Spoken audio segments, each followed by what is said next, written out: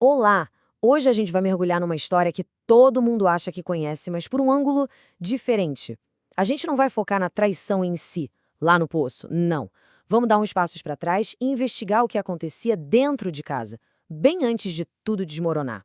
Fica aqui uma pergunta para a gente pensar. Onde é que o ódio começa de verdade? É fácil apontar para um momento específico, para uma grande briga, né? Mas e se a semente de tudo isso já estivesse sendo regada ali, no silêncio do dia a dia? E é exatamente essa a ideia central. O conflito, a grande tragédia, ela não nasce do nada lá no poço. Ela foi construída, tijolo por tijolo, dentro de casa.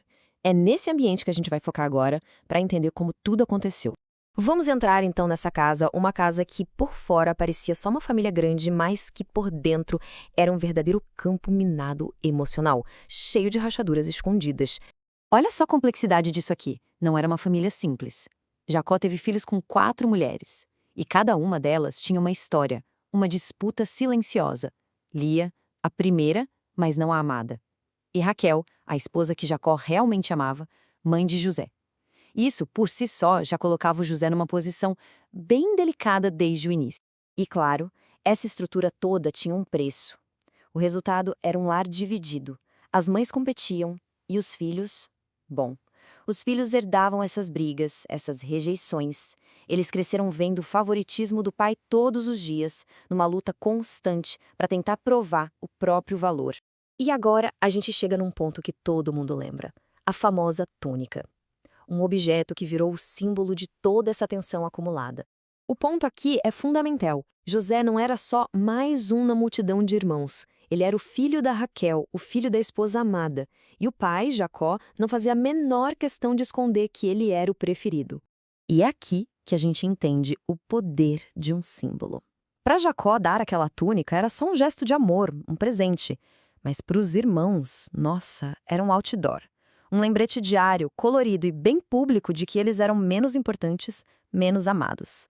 Foi jogar gasolina na fogueira. Com esse cenário todo já montado, entra em cena um elemento que vai acelerar tudo: os sonhos de José. E eles não poderiam ter chegado em pior hora, num terreno que já estava mais do que hostil. José, talvez com aquela ingenuidade de adolescente, começa a contar para todo mundo os sonhos que teve. E não eram sonhos pequenos, né? Eram sonhos onde toda a família, representada pelos feixes de trigo, pelo sol, a lua e as estrelas, se curvavam diante dele. A reação foi imediata e violenta. E aí a gente se pergunta, mas por quê? Porque uma simples história, um sonho, vindo de um garoto, causou um ódio tão grande a ponto dos irmãos pensarem em matá-lo. E aqui está o pulo do gato. O problema nunca foi o sonho em si, era o contexto. Para aqueles irmãos que já se sentiam por baixo, que já conviviam com a preferência do pai pelo outro, aquele sonho soou como uma confirmação divina. Era como se dissesse: viram só? Até Deus prefere ele. Agora, vamos ampliar o foco um pouco. Vamos ver como essa tragédia de família, na verdade, faz parte de uma história muito, muito maior. Uma história que vai da traição até a salvação de um povo inteiro. Então, resumindo a nossa análise, o clima para a traição foi preparado durante anos. O ódio não apareceu do nada. Ele foi alimentado ali, nos ressentimentos guardados, no amor que não era dividido por igual, na competição de todos os dias. E é muito importante deixar isso claro.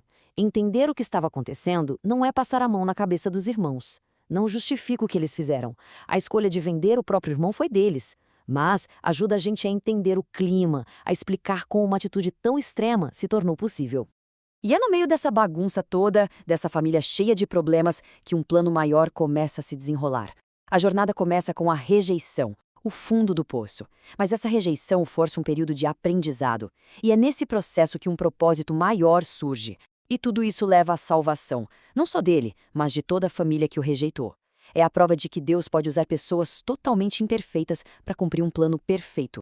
E a gente termina com essa frase dita pelo próprio José anos depois, quando ele reencontra os irmãos: o que vocês planejaram para o mal, Deus transformou em bem. Uma reflexão poderosa que nos lembra que até as histórias mais quebradas podem ser usadas para um propósito muito maior.